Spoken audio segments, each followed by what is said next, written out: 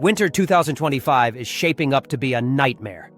FEMA and NOAA are sounding the alarm. This could be one of the harshest winters in decades. We're talking about extended power outages, water supply disruptions, food shortages, and supply chain breakdowns. The warning signs are everywhere. Our infrastructure is overstressed, supply chains are already unreliable, and weather patterns are downright alarming.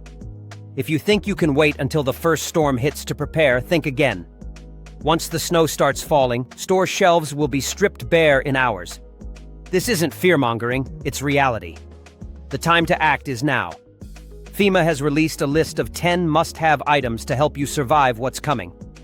These aren't nice-to-haves or optional luxuries, they're essentials.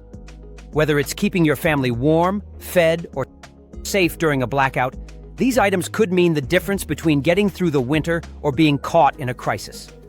Don't wait until it's too late. Read on, get the list, and start preparing today.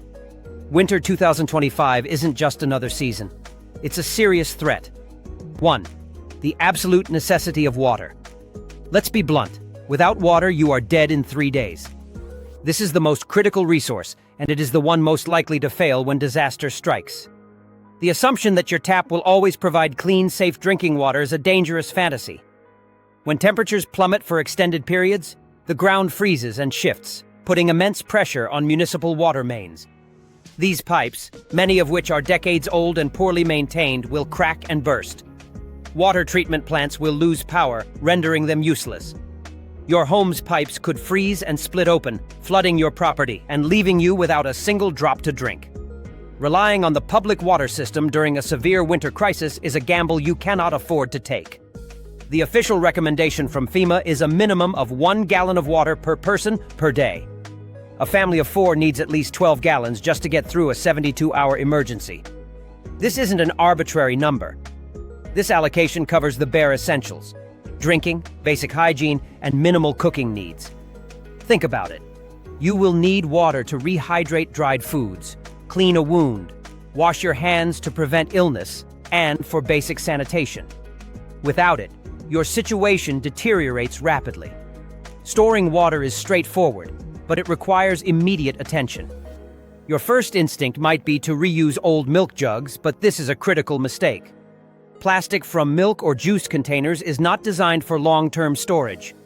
It biodegrades over time, breaking down and potentially leaching harmful chemicals into your water supply, making it unsafe to drink. Instead, you must invest in food-grade water storage containers. These are specifically designed for this purpose, are durable, and will keep your water safe for extended periods. Store these containers in a cool, dark place like a basement, closet, or pantry, away from direct sunlight and any household chemicals. Light and heat can promote algae growth, while chemical fumes can penetrate the plastic. While commercially bottled water is a convenient option for short-term needs, creating your own long-term storage is far more cost-effective and reliable. The sight of empty shelves where bottled water used to be will be one of the first signs of public panic. By then, you will be too late. Do not be the person fighting over the last case of water. Secure your supply now while you still can. 2. Stockpiling life-sustaining food. When the power grid fails and supply chains grind to a halt, your refrigerator will become nothing more than an insulated box of rotting food. The grocery store, if you can even get to it through impassable roads, will be a chaotic scene of empty shelves and desperate people. Your survival depends on having a dedicated supply of non-perishable food that requires no refrigeration and little to no cooking. This isn't about stocking up on your favorite snacks. This is about strategic calorie and nutrient acquisition. FEMA recommends a minimum 3-day supply, but given the severity of the predictions for winter 2025, a 2-week supply is a more realistic and responsible goal. Your emergency pantry should be filled with items that are high in calories, protein, and nutrients to keep you fueled and functional in a high-stress, low-temperature environment. Think of foods that can be eaten directly from the can or with minimal preparation. Canned goods are the cornerstone of any emergency food supply. Items like chili, stews, ravioli, tuna, and chicken provide ready-to-eat meals that are packed with protein and calories. Beyond canned meals, focus on other shelf-stable powerhouses. Peanut butter is an excellent source of fat and protein. Granola bars, protein bars, nuts, and dried fruit are perfect for high-energy, no-cook options. Consider items that only require adding water, like instant mashed potatoes or oatmeal, assuming you have a safe method to heat water. Shelf-stable milk, whether in powdered form or UHT cartons, provides essential calcium and can make other foods more palatable. It's crucial to manage this stockpile effectively. Don't just buy it and forget it. Every 6 months, you need to rotate your stock. Use the items that are nearing their expiration date in your regular meals and replace them with fresh supplies. Take a permanent marker and write the expiration date in large, clear numbers on every can and package. This simple step prevents you from discovering your emergency food supply expired 2 years ago when you need it most. And do not forget the psychological aspect of survival. A small stash of morale boosters like instant coffee, hot cocoa mix, hard candy, or a bar of chocolate can make an unbearable situation a little more tolerable. In the depths of a freezing blackout, a warm, sweet drink can feel like a lifeline. 3. The most overlooked survival tool: a manual can opener. You have meticulously built a stockpile of canned chili, tuna, and vegetables, enough to feed your family for weeks. The power goes out as predicted. You go to your kitchen, grab a can of stew, and then you realize the fatal flaw in your plan. Your electric can opener is a useless piece of plastic. This scenario is not just possible, it is probable. It highlights a catastrophic failure in planning that is embarrassingly common. A manual can opener is one of the most critical and most frequently forgotten items in an emergency kit. It is a simple, inexpensive tool, often costing less than $5. But in a grid-down situation, it becomes priceless. Without it, your carefully curated food supply is nothing more than a collection of sealed metal containers you cannot access. Relying on pull-tab cans is not a viable strategy. Those will be the first items to vanish from store shelves during the initial wave of panic buying. The bulk of long-lasting, affordable canned goods will require a can opener. This isn't an item you should plan to buy later. It is something you need to purchase and test now. Go to the store today and buy 2. Why 2? Because 1 is none, and 2 is 1. Tools can break, get lost, or fail. Having a backup is not paranoia. It is basic preparedness. Once you have them, do not just toss them in a drawer. Test them. Open a can with each one to ensure they work properly and you know how to use them. Some of the cheap, flimsy models are poorly designed and will fail under regular use, let alone in a stressful emergency. Invest in a sturdy, well-made opener that you can rely on. Keep one in your kitchen for regular use to stay familiar with it, and keep a second one packed in your emergency supply box with your food. Do not assume you can improvise your way into a can with a knife or another tool. That is a quick way to get a serious injury, and a deep cut is the last thing you want to deal with when medical services are unavailable. The manual can opener is the key that unlocks your food supply. Forgetting it is an amateur mistake that could have devastating consequences. 4. A safe and reliable backup cooking method. A prolonged power outage means your modern kitchen becomes instantly obsolete. Your electric stove, oven, microwave, and air fryer are all dead. Eating cold food from a can is a viable short-term solution, but a severe winter event could last for weeks. The ability to safely heat food and boil water is not a luxury. It is essential for nutrition, sanitation, and morale. A hot meal can raise your core body temperature and provide a significant psychological boost in a grim situation. However, choosing a backup cooking method demands an uncompromising focus on safety. Making the wrong choice can fill your home with a silent, odorless killer, carbon monoxide. This is not a risk you can afford to take. Under no circumstances should you ever use outdoor cooking equipment inside your home, garage, or any enclosed space. This includes charcoal grills, large propane barbecue grills, and camp stoves designed for open-air use. These devices produce deadly levels of carbon monoxide that can incapacitate and kill you in your sleep. The only safe options for indoor emergency cooking are devices specifically designed for that purpose. Small, single-burner propane or butane stoves are excellent choices, provided your space has some ventilation, like a cracked window. These are compact, efficient, and the fuel canisters are easy to store. Another reliable option is sterno, or canned heat.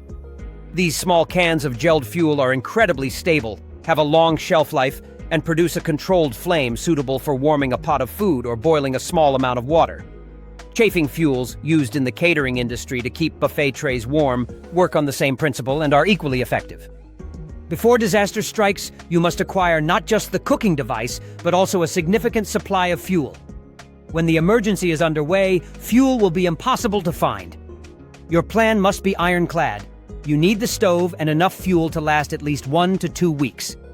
If you have any doubt about the safety of your indoor setup, do not use it.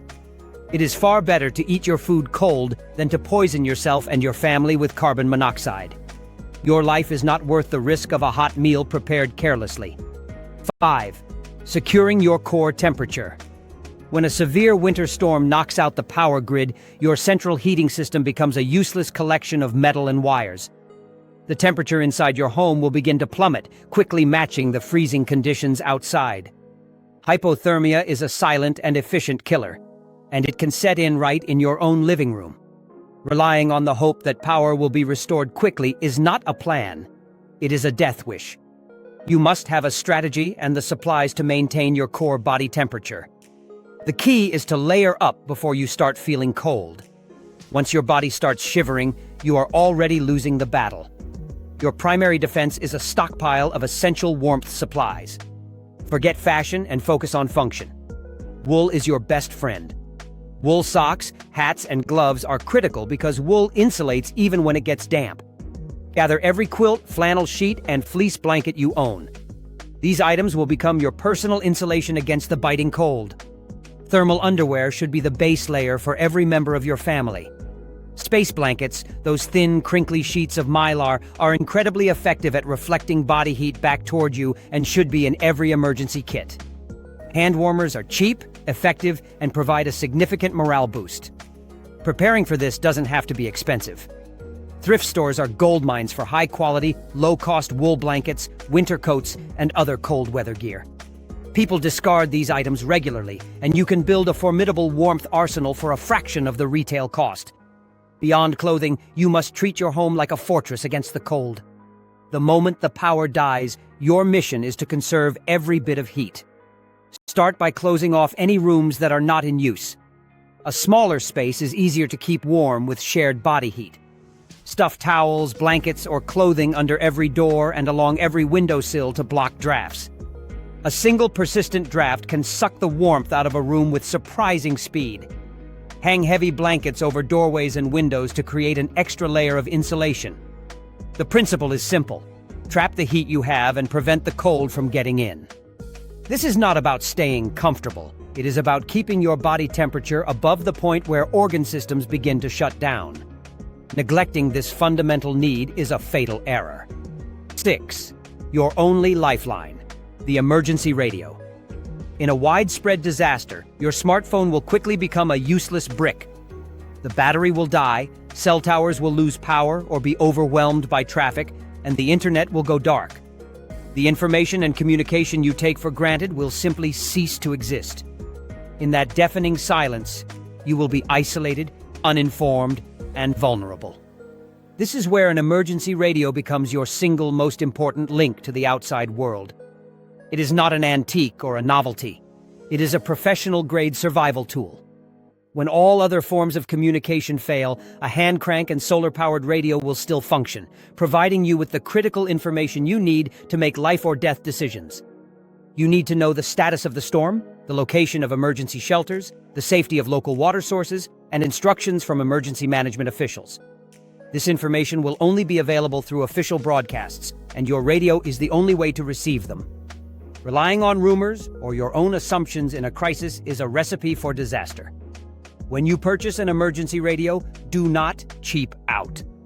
You need a model that includes several key features. First and foremost, it must be able to receive NOAA weather radio channels. These broadcasts are transmitted directly from the National Weather Service and are the most reliable source of information during severe weather events. Second, your radio must have multiple power sources. A hand crank and a solar panel are non-negotiable. These features ensure that you can generate your own power indefinitely, free from reliance on batteries or the grid. Many of these radios also come with a built-in LED flashlight and a USB port capable of providing a small emergency charge to a phone or other device. While it won't be enough to watch videos, it might be just enough to send a critical text if the network comes back online intermittently. After you buy your radio, learn how to use it. Test the hand crank, check the solar panel, and figure out how to tune into the NOAA channels for your area. An emergency radio is your ears in the storm, your only source of official guidance when you are surrounded by chaos and uncertainty. To be without one is to be blind and deaf in the face of an advancing threat. 7. The absolute necessity of light. Darkness is more than just an inconvenience. It is a direct threat to your safety. When the lights go out, the risk of injury skyrockets. A simple trip over a misplaced object can result in a sprained ankle, a broken bone, or a serious head injury. In an emergency where medical help is unavailable, even a minor injury can become a major crisis. You must have a robust and reliable plan for lighting. The first rule of emergency lighting is simple: do not use candles. FEMA and every other emergency agency strongly discourage their use for a reason. An open flame in a stressful, cluttered, and dark environment is an unacceptable fire risk. Tipping over a single candle could burn your home down around you, turning a survival situation into an inescapable tragedy. The risk is not worth it. Your lighting plan must be built around battery-powered options, specifically LED flashlights and lanterns. LED technology is far superior to old incandescent bulbs. It is brighter, more durable, and uses a fraction of the power, meaning your batteries will last significantly longer. Your goal should be to have at least 2 high-quality LED flashlights, plus a larger LED lantern for ambient light in your main living area. But the devices are useless without a substantial supply of extra batteries. Do not just buy them and toss them in a drawer.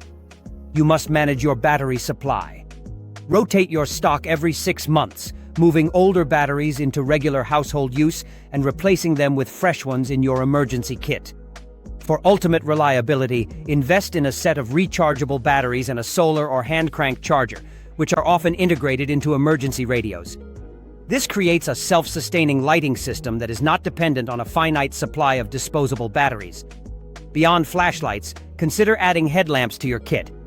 The hands-free convenience of a headlamp is invaluable when you are trying to cook, navigate, or perform a first aid task in the dark. Glow sticks are another excellent low-cost lighting option. They are completely safe, produce no heat, are waterproof, and are great for comforting children or marking pathways in your home. Light provides more than just safety. It provides a sense of normalcy and psychological comfort in a disorienting situation. Securing a reliable source of light is a non-negotiable component of your survival plan. 8. The critical role of a first aid kit and medications. During a severe winter storm, emergency services will be completely overwhelmed or inaccessible. Roads will be impassable, 911 will be swamped with calls, and pharmacies will be closed and unreachable. If you or a family member gets injured or needs a critical prescription, you will be on your own. The assumption that you can simply get to a doctor or pharmacy is dangerously naive. You must be your own first responder. This requires a well-stocked first aid kit and a secure supply of any necessary prescription medications. A basic off-the-shelf first aid kit is a starting point, but you need to customize it for a real-world disaster. It must contain more than just a few adhesive bandages and a small tube of antibiotic ointment. You need supplies to handle more serious injuries like deep cuts, sprains, and burns. Your kit should be robust, containing ample quantities of sterile gauze pads, medical tape, antiseptic wipes, and pain relievers like ibuprofen or acetaminophen. Add essentials like a thermometer to monitor for fever, tweezers for splinter removal, and trauma scissors to cut through clothing. Also include items to manage common ailments that can become debilitating in a crisis, such as allergy medication, antacids, and electrolyte packets to combat dehydration from illness. The most critical component for many is the management of prescription medications. If you or a family member relies on daily medication for a chronic condition like heart disease, diabetes, or high blood pressure, running out is a life-threatening emergency. You must have at least a 7-day extra supply on hand at all times. A 2-week supply is even better. Talk to your doctor and your pharmacy now. Explain your preparedness plan and request an extra supply for your emergency kit. Do not wait until the storm is in the forecast, as supplies may be limited. Alongside the medication itself, keep a printed, waterproof list of all medications, dosages, and the prescribing doctor's information. If you do end up needing to interact with emergency personnel, this list will be invaluable. This is not about preparing for a minor inconvenience. This is about having the tools and supplies to manage medical emergencies independently when the entire system has collapsed. Your first aid kit and medication supply are just as vital as your food and water. Without them, a manageable injury or a chronic condition can quickly become a fatal liability. 9. Why electronic money will be worthless. In a society that has become overwhelmingly digital, we have developed a blind faith in the magic of electronic transactions. We tap our phones, swipe our cards, and watch numbers move on a screen, rarely considering the fragile infrastructure that makes it all possible. When a severe winter storm triggers a widespread long-term power outage, this entire system will evaporate in an instant. Your credit cards, debit cards, payment apps, and any form of digital currency will become completely useless. The point-of-sale terminals at stores won't work. ATMs will be dark, silent monoliths. The internet, the very backbone of modern finance, will be gone. In this scenario, the only form of currency that will have any value is physical cash.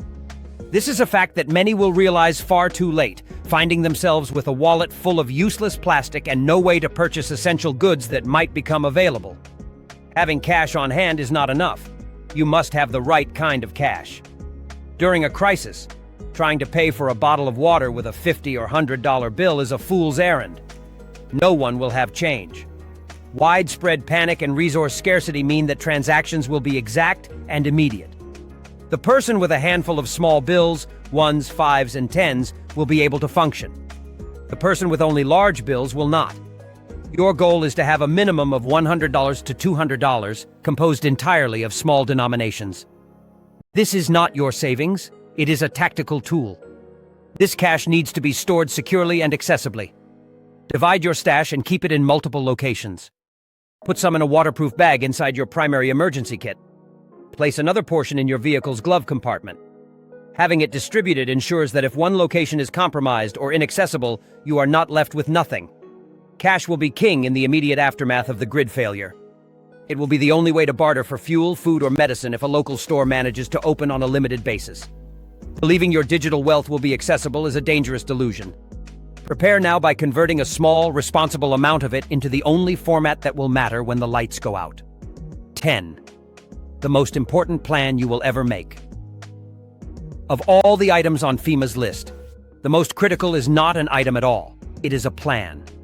A detailed, practiced, and understood family communication plan is the single most important non-physical asset you can have in a disaster. When a crisis hits, your family may be scattered. Children could be at school, adults at work, and other relatives across town.